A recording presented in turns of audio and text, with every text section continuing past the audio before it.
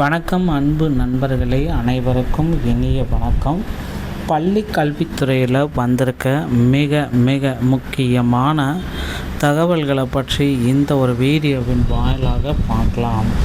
தமிழகத்தில் நிரந்தர பணியிடம் தலைமை ஆசிரியர் தேவை என்னன்றதை பற்றி பார்க்கலாம். பள்ளி கல்வித்துறையில் முக்கியமான அறிவிப்புகள் வர காத்துக்கிட்டு இருக்கு. என்னென்ன அறிவிப்புகள், யாருக்கெல்லாம் இது விதிமுறைகளுக்கு உட்பட்டு பள்ளி கல்வித்துறையில் புதிய நியமனங்கள், பள்ளி கல்வித்துறையை பொறுத்தவரைக்கும் இந்த புதிய நியமனங்கள் 26,000 ஆசிரியர் நியமனங்களை உடனடியாக பள்ளி கல்வித்துறை நியமிக்கும் அப்படின்ற மாதிரி கேள்விகள் எல்லாமே நிறைய இடத்துலேருந்து வந்துட்டுருக்கு. அதே போல் பள்ளி கல்வித்துறையில் முக்கியமான அறிவிப்புகளையும் நாம் நிச்சயமாக எதிர்பார்க்கலாங்க. ஸோ பள்ளி கல்வித்துறையை பொறுத்த வரைக்கும் டிஆர்பி போர்டில் நமக்கு புதிய எக்ஸாம்ஸ் எல்லாமே வைக்கணும்.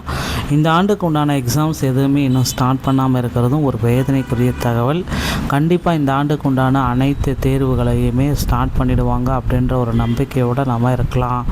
ஆசிரியர் தேர்வு வாரியத்தில் நீங்கள் இப்பொழுது தேர்வு எழுதிட்டு, இந்த ஸ்பெஷல் டெஸ்ட் தேர்வு எழுதிட்டு வெயிட் பண்ணிகிட்ருக்க நபராக இருந்தீங்கன்னா, ஸோ உங்களுக்கு ஒரு ஜாக் போட்டு அப்படின்னு நம்ம சொல்லலாம். கண்டிப்பாக பார்த்திங்கன்னா உங்களுக்கு சில மகிழ்ச்சியான செய்திகளை ஆசிரியர் தேர்வு வாரியம் அவர்கள் வழங்க இருக்காங்க.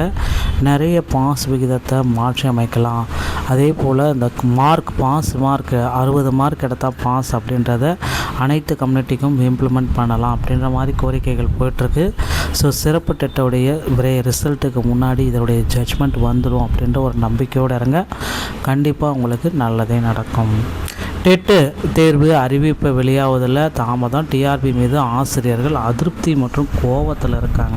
ஸோ ரொம்ப கோபத்தில் பொது டெட் தேர்வுக்கான அறிவிப்பு வெளியிடாமல் டிஆர்பி காலதாமதம் செய்து வருவதாக இடைநிலை ஆசிரியர் பயிற்சி முடித்தவர்கள் பட்டதாரிகள் அதிருப்தியில் இருக்காங்க. மத்திய அரசு இலவச கட்டாய சட்ட உரிமை சட்டத்தின்படி அதில் 8ஆம் வகுப்பு வரை பள்ளி பணியாற்றும் இடைநிலை ஆசிரியர்களுக்கு பட்டதாரி ஆசிரியர்களுக்கும் தகுதி தேர்வாகிய டெட் தேர்ச்சி கட்டாயமாக்கப்பட்டுள்ளது.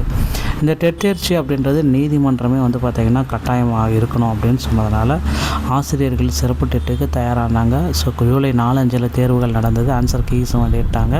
அதன் பிறகு என்ன ரிசல்ட் வெளியாகுதில் கடும் தாமதம் ஏற்படுகிறதுங்க.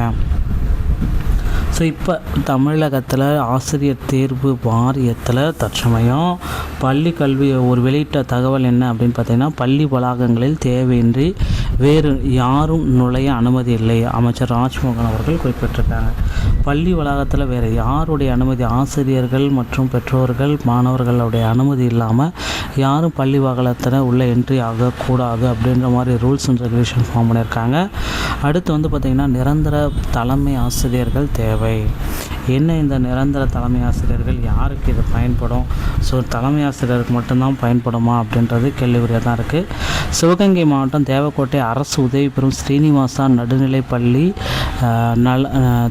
தலைமை ஆசிரியர் காலி பணியிடத்திற்கு நியமனம் செய்ய கோரி கீழே குறிப்பிட்டுள்ளவாறு தகுதியான விண்ணப்பங்கள் வரவேற்கப்படுகிறது. ஸோ விண்ணப்பங்கள் நடுநிலைப்பள்ளி தலைமை ஆசிரியர் 1 கல்வி தகுதி BA B.Ed என்ன சுழற்சி GT ஜென்ரல் டன், ஓகேங்களா.